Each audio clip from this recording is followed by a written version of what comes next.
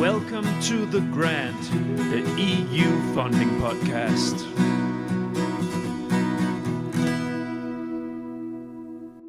My name is Niels Tudor Winter and I am the creator, editor and host of The Grant. Public waste handling organizations stand at the front line of the transition to circular economy and a true sustainable society. And the EU stands ready with lots of funding to boost and facilitate this dramatic shift. And getting involved in EU R&D proposals and projects as a local municipal organization can be a great way to fund these strategies, since they are often costly and with a big element of risk. But how do you attack this big animal as a public entity with limited resources for both getting involved in proposals yourself and paying private consultants to write the proposal parts for you? The answer is that many don't. However, a segment of public waste handling organizations have cracked the code to get going with this. BOFA, Waste Handling Organization of Bornholm, Denmark, is among them. I invited project manager David Christensen from BOFA into the virtual podcast studio for a talk about how they are working with EU R&D funding strategically and practically. As often happens in this podcast, it became a long talk, so I have divided it into 2 episodes. In this second half, we focus on what kind of strategy is sensible in order to be involved in as many projects as manageable, how to manage the implementation of the actual projects that you win, what effect projects can have on real life in terms of improved processes, and finally, one of the most significant challenges for EU project hunters in the public sector, lack of understanding of the added value of EU projects at the political level and from other departments in the organization. And finally, maybe you noticed that the outro music has changed. I hope so. Since I'm also a musician, I thought it was time for an update. Well, I went into the music rehearsal room to make a version 2.0 of that. Hope you like it. Please enjoy.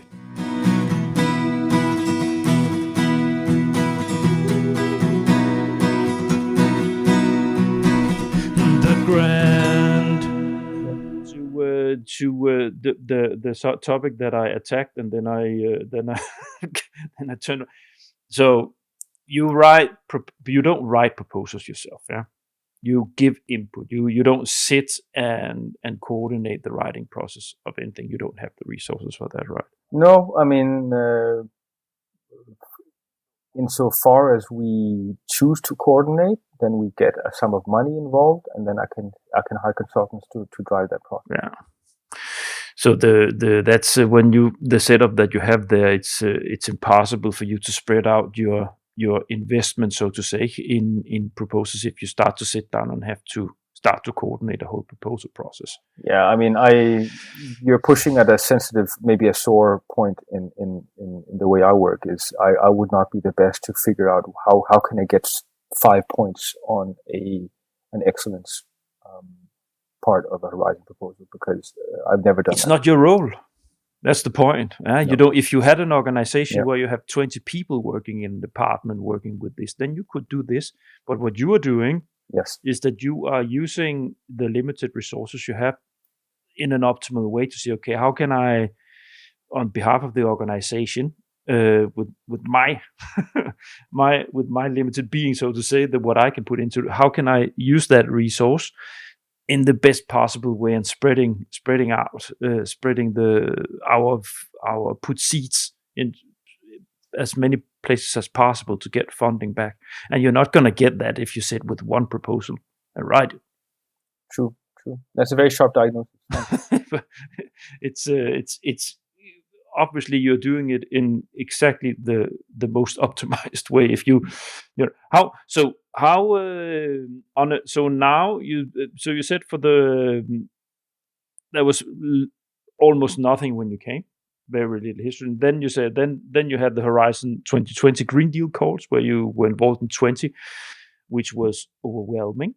How is it now? Are you even more? How is it with each call round? Because I guess you work yourself with a lot with Horizon calls, and they fall in batches. So how is it with each call round? How many are you involved in? It's funny because at the moment we're full on busy manning projects that we've got in our portfolio now and going to kickoff meetings and starting them. So it's a new phase in maturity in this organization. We're trying to get new projects up and running. We're growing so much as an organization, retaining and expanding our staff base that we have to find room. We have to rent office space elsewhere. And that's a project in itself. How can we get a working space for all these new EU projects? It's a cool place to be. So that is actually a focus that has taken a bit of my time actually, because I'm aware that these work programs are now being launched these days for the upcoming calls in the first quarter of next year. And am I involved in some of them? Yeah, I mean, I have besides the Interrex of Baltic one, we're coordinating. We still have live connections with some of the calls for early next year. But to the same extent that we're going to hit 20, no, that's not going to happen, because we're focused on actually getting these ones we have in our portfolio up and running first of all. But I think I'll be hitting. Maybe you can enlighten me on this, whether there may be summer calls or autumn calls next year. I think I might see more BOFA activity for those. Actually, it's not my professional work anymore. I sort of don't keep that close an eye, but I'm aware of the fact that I'm doing a podcast on it, and and I am also starting to understand that I have to keep an eye on the call rounds to understand where my target group they are in their life, so to say. It's a huge work to do. So I'm just step by step.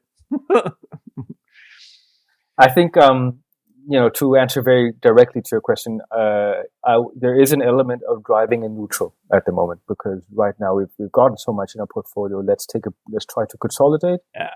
And then I'll be back full force once we get over this workload of getting that up and running. Yeah, and it's a good point also for any public organization out there that with the same amount of resources, limited in manning, man months and man years on these things, that if you start to become successful, then you need to put the foot a little bit on the brake on the input side, so to say, where you involve yourself, because you need to implement stuff. There's a lot of them. So if we zoom a little bit in on that, how many projects are you now implementing? Well, we have one integrated life project with 4 sub-projects. So those are 4 projects, I would say, not one. Then we have 3 Horizon projects. Yeah. Then we have 1 Interreg North Sea. And then we have a national project under the so-called Danish Innovation Fund, which is a project in itself. That's the RB manning. So how much? 4, 5, 6, 7, 8, 9 projects. Then we have small projects that maybe combined constitute a 10th. That's a lot for an organization of your size. How many are you actually in the organization? How many people do you work with? In total, 45. In the projects unit, let me think.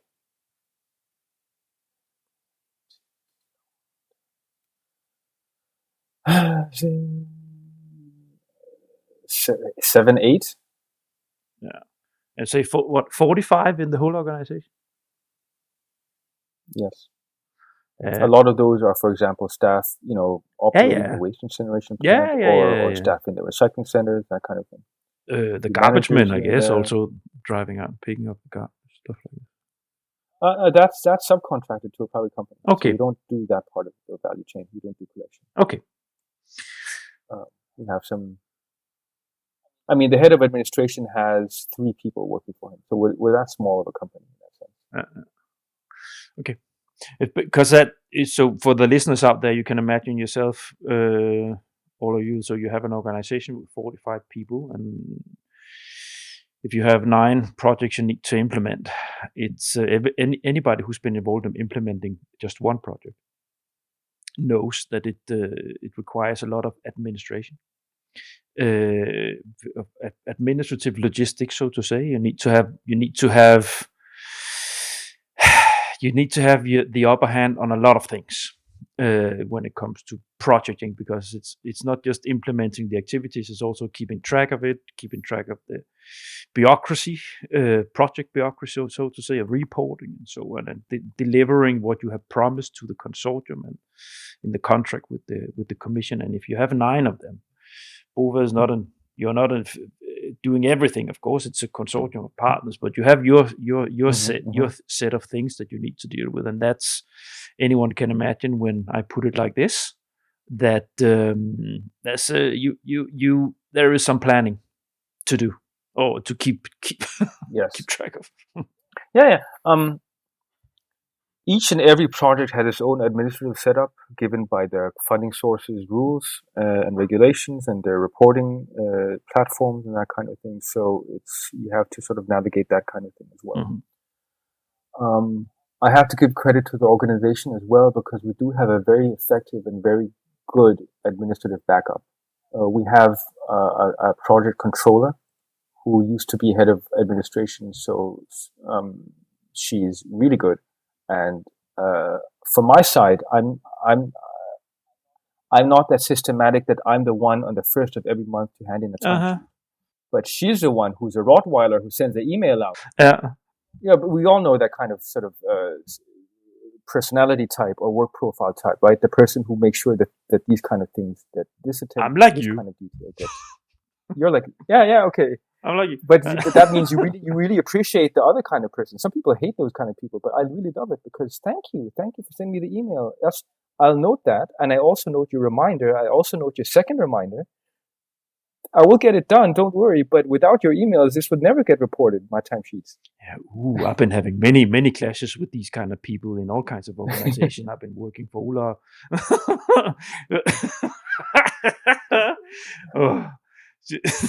But you know what? I mean, we have a friendly relationship. I mean, she knows that she even apologizes sometimes that it's like that. I say, don't ever do that, because it's just something that's needed. I'm sorry. The last one I was, but I will say one thing. She did not indeed apologize. Ahead. She was a Rottweiler, but she had to be, no. because of people like me. It was based on experience. Yes. I cannot blame her. Mm-hmm. Oh, God bless. I will say one thing. One thing is timesheet control, and that is what it is. Like, it's nobody's. Well, it's for very few people. It's the most fun thing to do.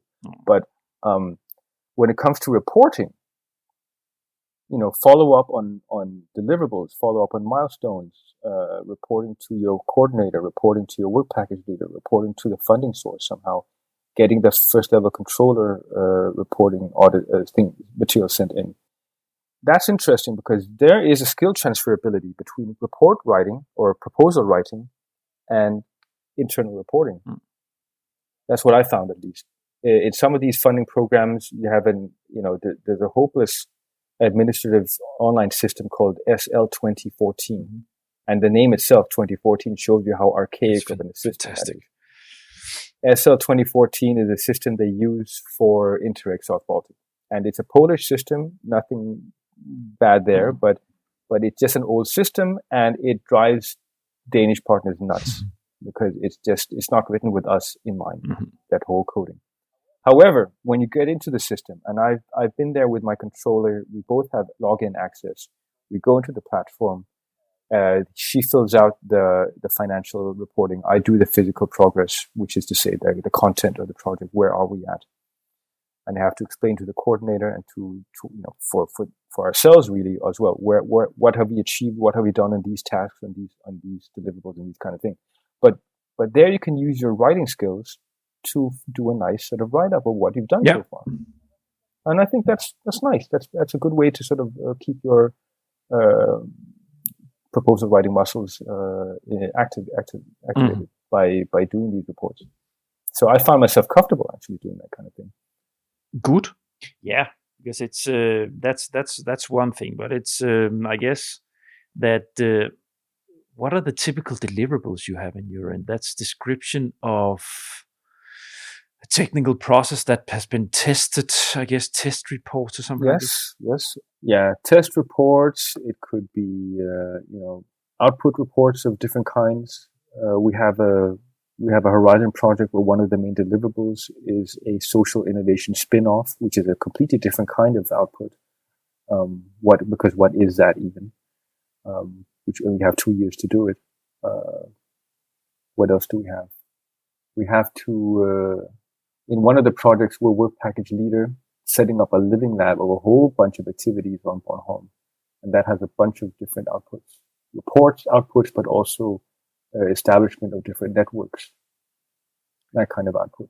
Hold that thought. So I want to get, because I haven't put it in the rundown, but I dotted it down on my paper here. I want to talk to you about the things you've been from projects that is having a direct effect on your company. But we'll get back to that in a few minutes.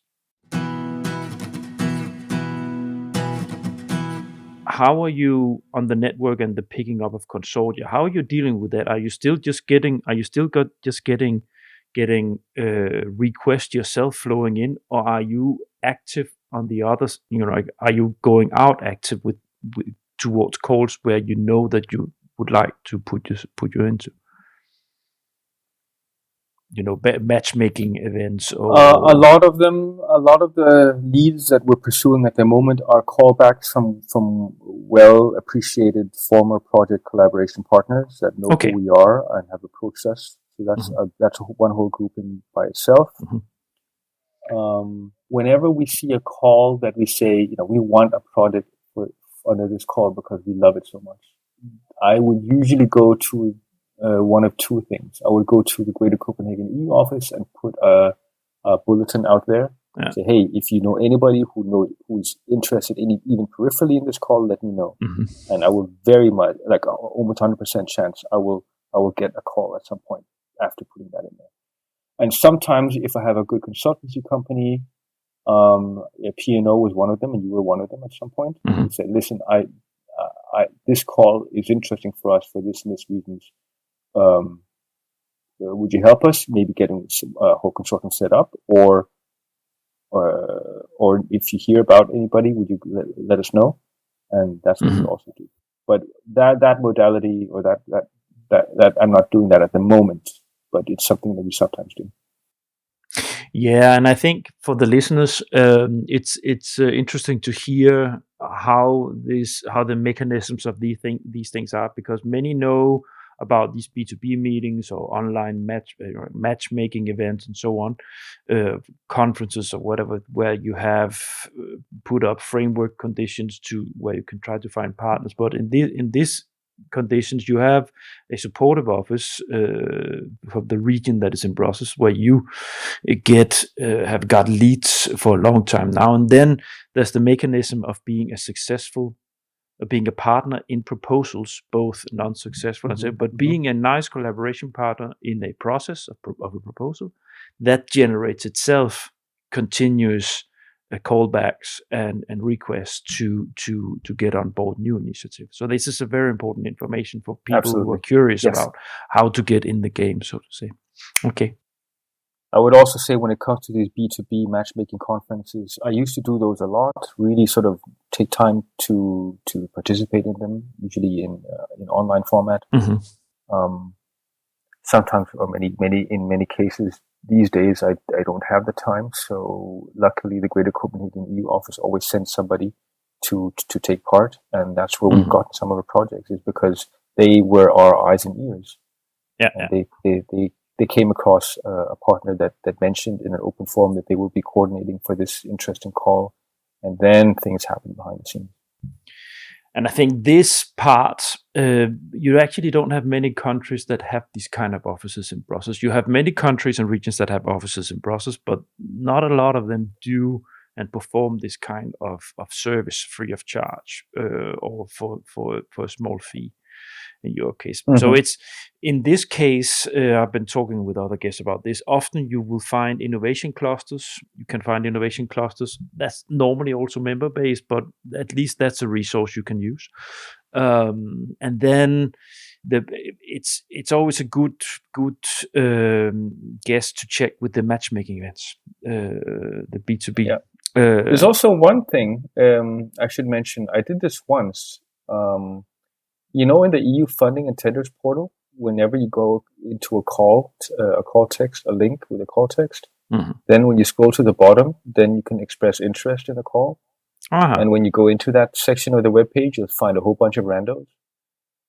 Well, I put something out there once. Like, I did a very sort of well thought out, if I say so myself, description of what we were as an entity and what we were looking for. And my inbox was spam. Yeah.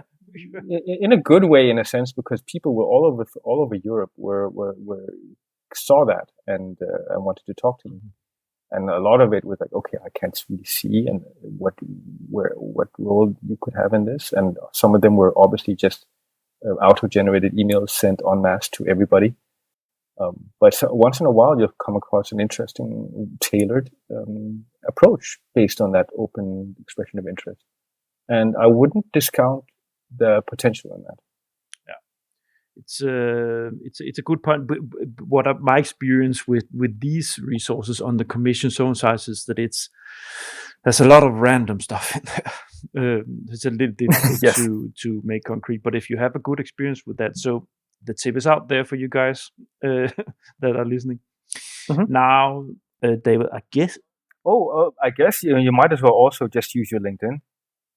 I've seen that I haven't done that personally, but I've seen some LinkedIn partners actually put up a call out there. Yeah, it's my experiences with the LinkedIn groups is that you have these project exchange groups, proposal exchange groups, and you have some. I think one of them has 10,000. It's a lot of members, but it's ghost towns. But no, I'm not actually talking about groups. I'm talking about personal posts. Yeah. I went on in my LinkedIn right now, and how many connections do I have? Around 2,000, right? And when you put up a post, then of course your first level connections will like it. The funny thing is that your second degree connections now then can see it, and you might never know. Like somebody who is a second degree connection representing an organization out there you're not directly connected to, but might be very interested, might actually react. I would say there's a very good potential on LinkedIn if you do it properly, if you do a post properly. I did it as a strategy at a certain point of time when I was working in the P&O, but people internally in P&O got angry because we had an internal system where we checked with people. Okay. Yeah. So, but I did, and I actually attached one or two partners on that way. So yes, that can also, I can say that can work. Yeah, but you have to make it. You have to be quite focused in what you put up there. David, that's fine with this. That's I think it gives a fine impression about how you're picking up your possibilities now. And we also talked about implementation. I think that should be pretty clear.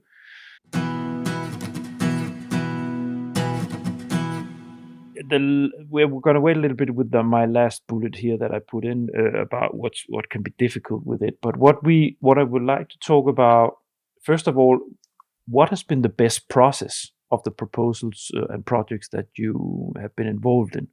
Which one has been a process where I say, yes, that went beautifully. You always have troubles and so on, but it's this one went beautifully in and with the right set of partners and strongly coordinated and so on. I'd say the first one. There's always something about the first one. The one I mentioned previously, where we got on the reserve list on our first try. Yeah. Because it was a bunch of people who hadn't worked together, had no CV of working together, but somehow found their way and had recruited a consortium of partners across Europe. And this was pre-Corona, so we had a sit-down meeting in Zaragoza, I remember. And these connections returned to me today. That was a really nice process. Because it was very serious and it was dedicated all across the board. Yeah.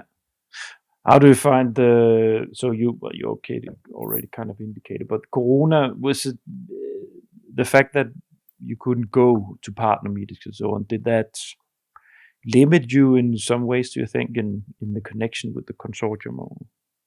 No, I just wanted to say that Corona was actually interesting because it enabled me to really run several processes simultaneously by switching to an online modality or online way of working with online meetings and actually skip the traveling step. And I'm actually one of the maybe few people who didn't have a big problem during Corona with their working online and doing matchmaking and consortium building and all that kind of thing in that sense.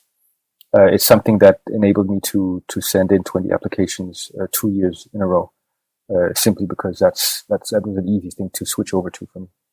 I find that this idea, of course, I agree as well that there's nothing that replaces face-to-face meetings, and there's something to be said for personal understanding of other people, right, in the same room. But of course, the sheer volume of consortia you can participate in, it goes down when you insist upon face-to-face. Yes, it gave you a crash course in dealing with a lot of proposals at the same time and processes at the same time. So you sort of, it was, I guess, you went from the ashes to the fire. Yeah, but it was fun. in juggling with your own resources in dealing with this. Yeah.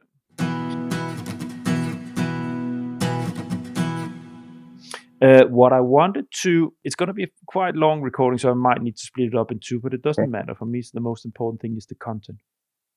Now, what I want to talk to you about, so there are 2 elements or 3 elements we need to cover before we end up. I need to have a talk with you about the effect on reality of the projects you have been involved in. Then we need to talk about difficulties as a public organization in dealing with these things. And then finally, my segment, I always have the toughest challenge. But if we start with the very interesting thing, actually, it should be the effect on reality. So which concrete changes of technology or processes have you already had some results that have been implemented in the organization of waste handling technologies? Yeah, well, at BOFA, we're at the process where we're in the midst of a process where we're rolling out new waste collection schemes on the island. And that's going from a very rudimentary system to a very finely tuned system with several waste fractions to be collected at household level in a door-to-door collection scheme. One of the things we tried out in a previous project prior to this rollout that we're in the midst of at the moment is a shared waste collection system trial. So in a way, we tried an idea out in a EU project where we had households walk to a certain area and deposit their waste in different fractions. And this was a tiny scale living lab test, part of an EU project which ran, and the living lab ran over 10 weeks. And that's basically what the living lab was, with this 10-week test period with under 50 households. But the learnings from that, and this has, by the way, been reported on in local media in Bornholm. There's a one-page spread about the learnings from this project.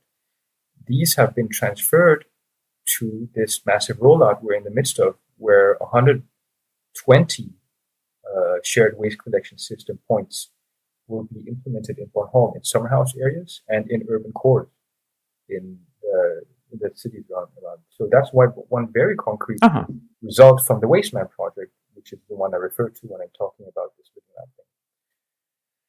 Excellent. Also, I would say one of the very first projects that BOFA had in its portfolio had to do. Go ahead. I have to stop you here. I have a question before you talk about another project. So what this project did is they took the risk of testing something that you didn't know if it could be done, and then it took the risk off, and you tested and saw it, and then your management say, okay, this we can now dare to move into because now we tested and see how it functions. Is that the case? I would be careful in saying that it was based on the project alone. There were very many considerations, and none of them were all related to the project that led to the decision to upscale and implement at high all across Bornholm. Okay, but it remains as fact that the EU project provided a kind of demonstrator where we tried something out, and yes, that fed into the overall decision making at management level. Yes. Okay, good. Yeah, and then you started on different. Yeah. One of the very first projects that BOFA had before I even came into the organization was this one with innovative public procurement, and that had to do with a change in the EU public procurement directive that enabled negotiation with potential bidders and bidding consortia. Mm-hmm. This was a change that happened back in 2015 or something, 2016. And the principles of that were tried out in that EU project, and that has also been implemented in this waste collection tender that we put out some years ago, or actually during Corona, I think, in 2020. So that has been a very concrete example of learnings from a project applied in real life. Excellent. And I think for the listeners, this is it's extremely important, especially when you are involved in proposals and you haven't seen much result. It's very important to understand that it does have an effect in real life, and that it very positively so. Also because some projects you run into problems and all kinds of things that you didn't realize, of collaboration issues and so on. But this should be give some food for thought, that you can actually something that is actually going to help you with your strategy in real life as an organization. Yeah. I mean, there has to be ideally, of course, there ought to be an intention with entering into the project and deciding to do something as part of a new project. There has to be a logic to it. Yeah. Ideally. I have a third example. There was another project before I came in that dealt with establishing containers for reuse items on our recycling centers. And today, that's a legislative requirement. It wasn't at the time, but it is now. So that's another example of something that was tried out in panacea form early, that has now has real impact and change, or at least the framework conditions have changed. We're lucky to have had the experience beforehand. Yeah. Through the EU project. I think, dear listeners, what you also hear here, what David is sharing with us, is that projects, it's not about the money. Well, it is, but it's about activities that you're supposed to do anyways. You should always see like this project Correct. should never be running after, we can get money. That's not the point. The point about these projects, or especially for public organizations like David's, is that they have strategies as they're moving towards as an organization. And if you run after weird kind of money, just because it's money, then you are stretching yourself into corners that's just going to make you angry, and your managers, why on earth are you doing this? If you run after the projects, the content that supports you in what you are supposed to do in your organization, then it's going to be a help for you, and it's going to release the stress on your internal finances. If you manage to get on board exactly those projects that will help support, give you funding, so to say, for the areas that you knew and had decided to carry out anyways in some form, it's just going to make them better and with more scale. So it's. However, I would say that, again, because the hit rates can be low and you never know what you'll get with the proposals you send out. You never know what you'll get. So this notion that you can plan ahead and say, these are our strategic areas that we want to focus on, and we'll get EU funding support for these and these areas, can run into real life and can run into rejection upon rejection upon proposal after proposal. So that's it would be too much making out to be something that you can plan. Right? That's correct. I would say running after money for money's sake can be virtuous in itself if it allows you to retain needed staff. Yeah. Because an organization like us, we may have day-to-day operations. I just mentioned our massive rollout of new waste collection schemes. That's a once-in-a-lifetime thing, actually. Mm-hmm. We need staff on board for that. And if we could get, and I'm one of 3 fixed staff members today. The rest are project funded. Mm-hmm. But we need them. We need them on staff in order to help out with this rollout, for example. And if that can be done through money that we have through a project that may not be 100% aligned with our strategic plans, but is close enough, then I would say that also has value to an organization like us. That's the strain you have as a public organization. So other people sitting out there listening, working for a public organization, you're probably nodding now to this. Thanks. We should slowly. There's one more thing. Yeah. There's one more thing. Hit me. We mentioned aligning strategy with EU proposal funding seeking. Yeah, we talked about retaining staff and retaining the resources needed to do what you always have to do in that sense.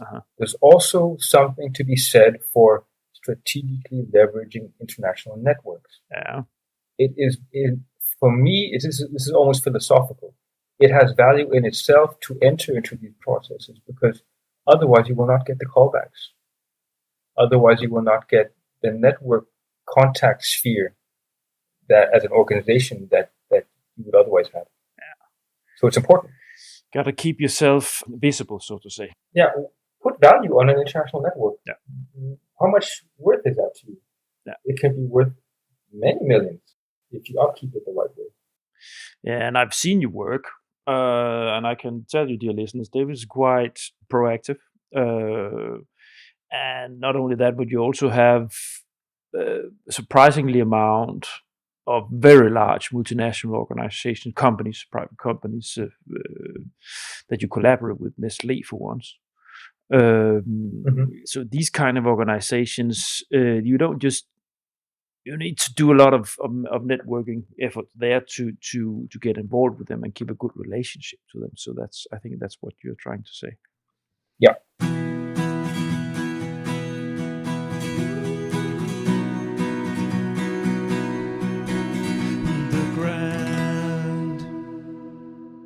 Yeah, we're moving towards the end. It's going to be a long one, this one. I know we had a couple of breaks because of the connection here, but we should have a talk about the problems. Is there something? I think I'm going to merge them to my segment, the toughest challenge as a public organization working with EU funding. What is the toughest challenge from your point of view when dealing with EU funds? I think, to be brutally honest, our biggest enemy is ourselves. And when I say that, I refer to my municipality as a general organization. BOFA is, as I described earlier in the podcast, kind of a special unit that is has a separate set of accounts funded by waste fees and has a vision for its operations leading to zero waste in 2032 that organizationally gives it a direction to work with. Does that mean that the units that we sometimes interface with otherwise in the municipality, do they have the same framework conditions that we do? No.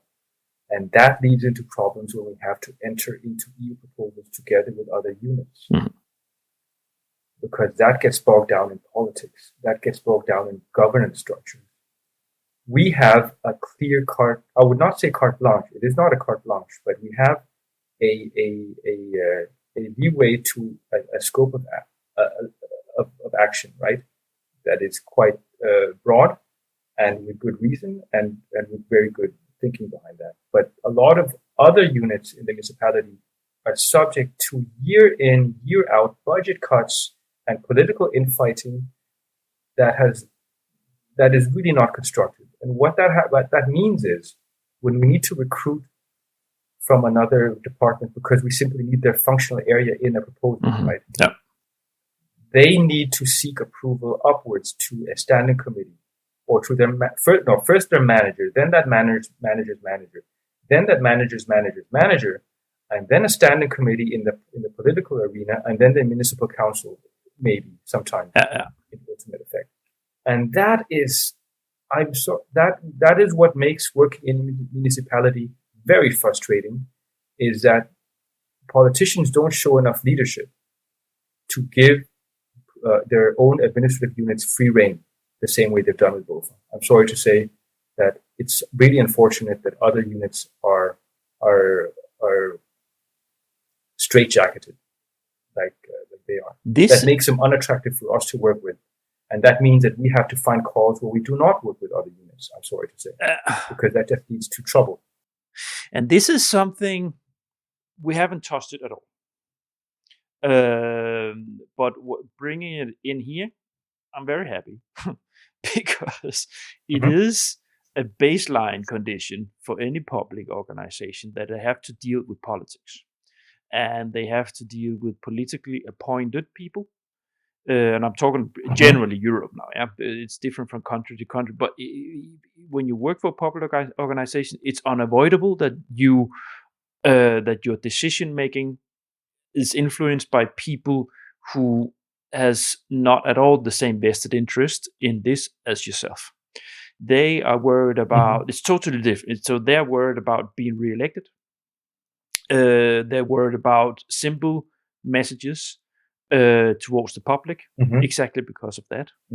And then they in between them and in between departments that are closely to the top, they have political infighting, internal infighting, because they are positioning themselves in relation to all kinds of things that is always related to the next general election or local election. And on top of that, the civil service is not a homogeneous entity. You have infighting within the bureaucracy as well. Yeah. And that you would also know throughout Europe. I guess maybe throughout Europe, you're happy to hear that also in the Nordic countries, this is an issue because it is. Nordic countries like well-functioning bureaucratic machines, but honestly, we're not. You know, it's you have the same kind of. True. Yeah. Time the bullshit that is happening internally in the local bureaucracy as you would have in Spain or Croatia or in Germany and so on. So absolutely, it exists. And so, and I guess what you are doing is you're just being practical about it. So then we choose things where we don't have to collaborate with these corners of the organization because you know what kind of quicksand you step into if you need to deal with it or things not happening. Yeah, I guess that's what you're looking at. That you see, okay, if I need to deal. I'm just saying that if it's hard enough to get them on board, God knows what will happen if we actually get a product, start getting it rolling. What kind of quicksand, as you mentioned, will start affecting the process. Also, you will know that yourself that time to decision to join. I guess you know you have your internal you have in your drawer a little chart with where you know, okay, if I need to contact these people, I need to contact them 9 months before, because the process that I start, if I need them, it takes so long that if I need to be sure that we join, then it's like this, and then you know, but then I cannot have them on board at all, because if it takes so long, it's never going to happen. I'm just going to I'm going to potentially damage my own network in Europe, wasting people's time. There are lots because in my end, and that I cannot deliver what they need. So don't bother. Don't waste your time on this, because it's not worth the effort. So close to a deadline, for example. No. Yeah, and then you're at the. Probably also at the same time, you know, that these people, they don't really care about the EU projects at all. You know, they think it's a burden or a nuisance. Which is amazing to consider when you sit with the knowledge that these projects are 100% funded with 25% overhead from when it comes to Horizon, for example. I don't understand it. They think about the problems. They think about, it's so complicated, and then I need to speak English. I need to read complex stuff from the Commission. I need to deal with rules I'm not used to, and so that's professional laziness, so to say. And maybe a little bit of anxiety, and maybe a little bit also, if we have to, from a human side, maybe also sort of maybe anxiety of working with things that they're not used to. So a little bit of habit energy there. Yeah, absolutely. I've been working in supporting municipalities, so I know a little bit about the mechanisms. So what I've there, described is something that you can really easily recognize from your point of view, correct?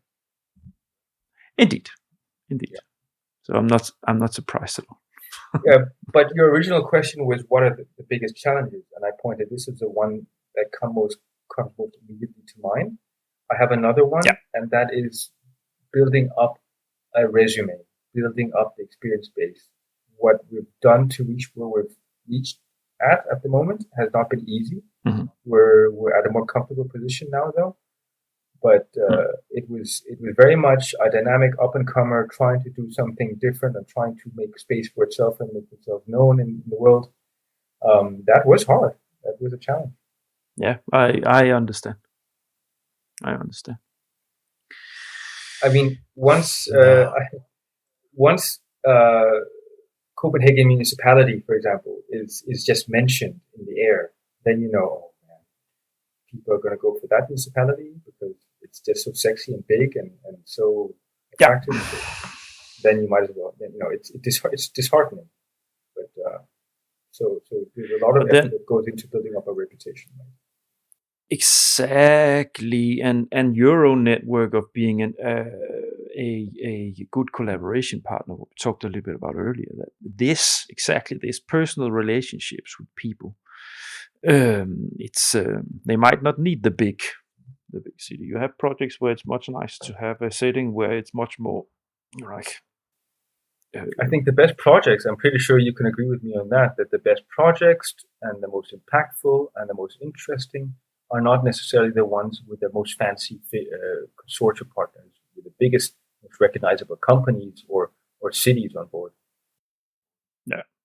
The problem is that evaluators, they always raise their eyebrow if you have Barcelona on board or stuff like this, you know, or the Gaulle airport or or Heathrow or whatever.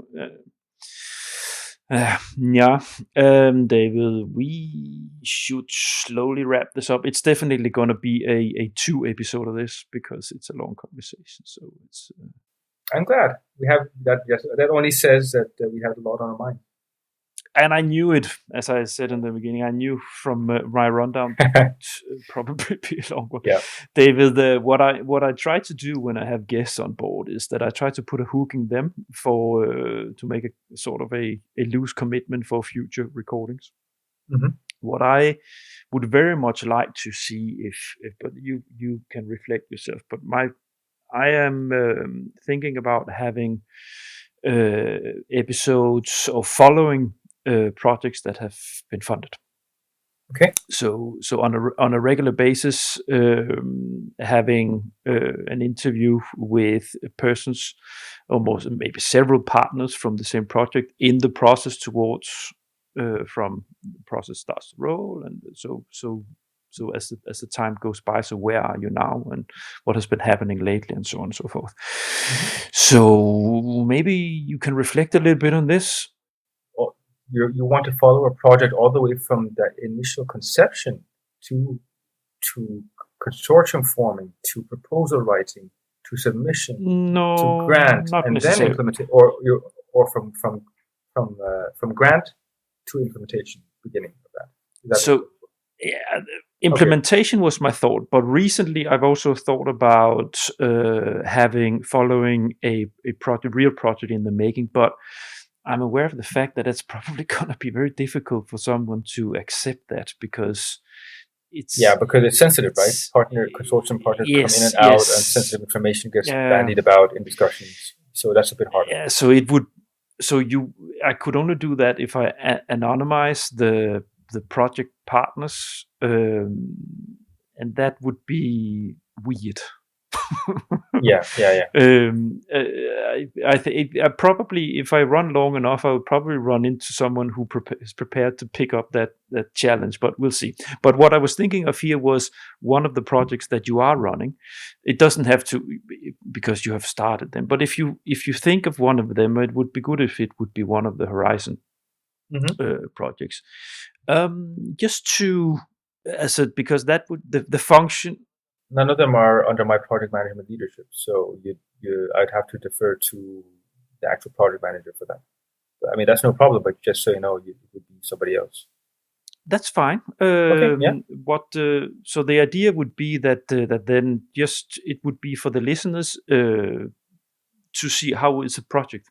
Like what happens when you roll out a project. So of course there would be content about the subject, like of the project, but also about the process, about when you reach milestones, or when you have to hand in interim reports and stuff like this. So it's being tangible and concrete example that people can see. Okay, this is like this making and running an EU project implemented. Okay, well, we have one project with a kickoff meeting in January. We have another one with a kickoff meeting in, I think, May.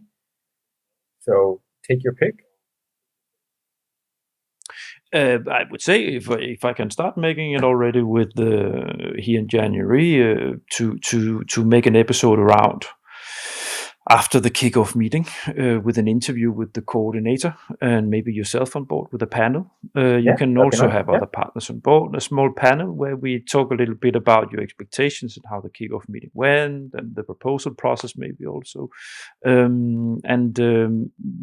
So it's, that would be nice. And then we arrange episodes into the future, say 6 months ahead. We have a date schedule where we meet again, where there's a natural thing to talk about in the like the process of the implementation, so to say. So it's that would be nice. So if you can check with the coordinator for that, what they would think about this, and I guess it's free of charge dissemination communication. No, I think I'm hooked on the idea. Yeah, but you don't need to really finish the query in that sense. I think it could definitely be done, and I can put the word out to my colleagues, and I'm pretty sure you can get this done, and there's no problem. And if you want it to be aligned with the communication dissemination lead, you decide. But I guess they would like to be informed what's going on, because it's so obviously about communication about what you do. But it's check internally and see what the atmosphere is about it, and then if they don't want, it's like this. But check and see, and then we'll take it from there. Absolutely, we'll do. I'm optimistic though. Great. Now I'm just going to have a fly out before we say goodbye to the listeners. So, dear listeners, I really hope you enjoyed this. It's going to be a double episode, so I really hope you enjoyed this double episode, this long episode on cut into two on how to practically work with EU funding as a public organization. I am continuing my efforts to build up this proposal, and a part of this, as I keep saying, it's by all means, please check out my website. I keep building it up. I keep adding more and more content on the Audible side, and I also have developed a resource hub where I try to gather some important channels for you to connect with the resources you would need when you write proposals. So please go in there. It's important for me to building up this podcast to have subscribers to the podcast. That's the best way for me as a podcaster, technically, to build the initiative. So if you have sympathy for this, please, by all means, do go and subscribe to the email list. I think that's that for now. They will, at the very least, sympathy from my side. It was very supportive from my position, and it was great to be with you today. Thank you for inviting me, and it was nice to get a few things off my chest and talk about some things in the space that I work with, that you used to work in, that you're still engaged with the podcast series. It was nice. I enjoyed these conversations. Thank you so much for the kind words, and the pleasure was all mine. I have a lot of good content, but you're indeed one of the best. So I'm very happy that you wanted to do this together with me. David, let's say goodbye to the dear listeners. Bye, guys. All right. Bye-bye, everybody.